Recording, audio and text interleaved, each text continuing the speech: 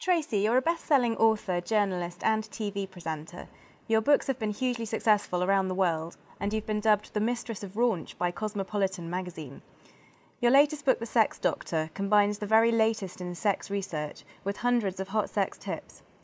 Who would you say this book is geared towards, and how would you say your writing in The Sex Doctor differs from other literature that tackles sex and relationships? It's really geared at anyone who wants a better sex life, which is, whether you're single, whether you're married, whether you're struggling with, sex dilemmas, things like wanting to stay faithful to your partner but feeling tempted by an affair, how to get, bigger, better, longer orgasms. It basically covers everything.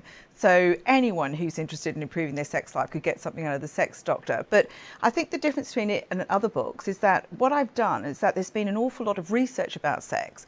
So I've taken that at the top level and basically applied it to, how does this work with the average couple? Like, what sort of insight can that bring on your sex life?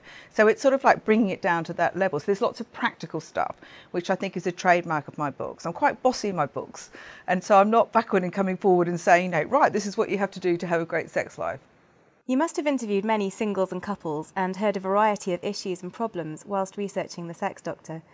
What questions do you get asked most often? Probably for women, it's low desire. It's sort of mentally feeling like sex, but physically not feeling like sex. And I think that's got a lot to do with the fact that women take on so much, and they've got so many issues and worried about so much that they're not able to sort of let go at the end of the day that men are, and they do more. I think for men, it's wanting to have more sex with their partner. And my first thing to men is always like, well, if you want your wife or partner to have more sex with you, then be the best lover she's ever had. Because the thing is, for women, sex doesn't necessarily have the prize at the end, which is orgasm, because it's much harder for us. So, if you're tired at the end of the day, you've got much less incentive to think, okay, I'm desperately tired, but, I'll have sex because I know I'm going to get this fabulous orgasm, because you might not. So I think that they're the two main things. What advice would you give to a woman who is middle-aged, single and panicking? I'd say, what is she panicking about? Like, if it's the baby thing, I completely get that. And I think you do need to address that. There are so many things you can do these days. You can freeze eggs, you can think about adoption, you can think about having a baby on your own. So I think that needs to be dealt with. And then once women do that, they do tend to sort of settle down a bit.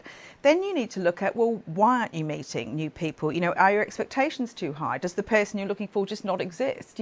Have you set your sights too high? Maybe you're trying to pull what you actually can't achieve. You might need to pull it down a few notches. And I think the main thing is, are you going new places to meet new people? Because whenever I ask somebody like that, they say, well, I can never meet anyone. It's like, well, what do you do? And they do exactly the same thing every single week and then wonder why they haven't met anyone.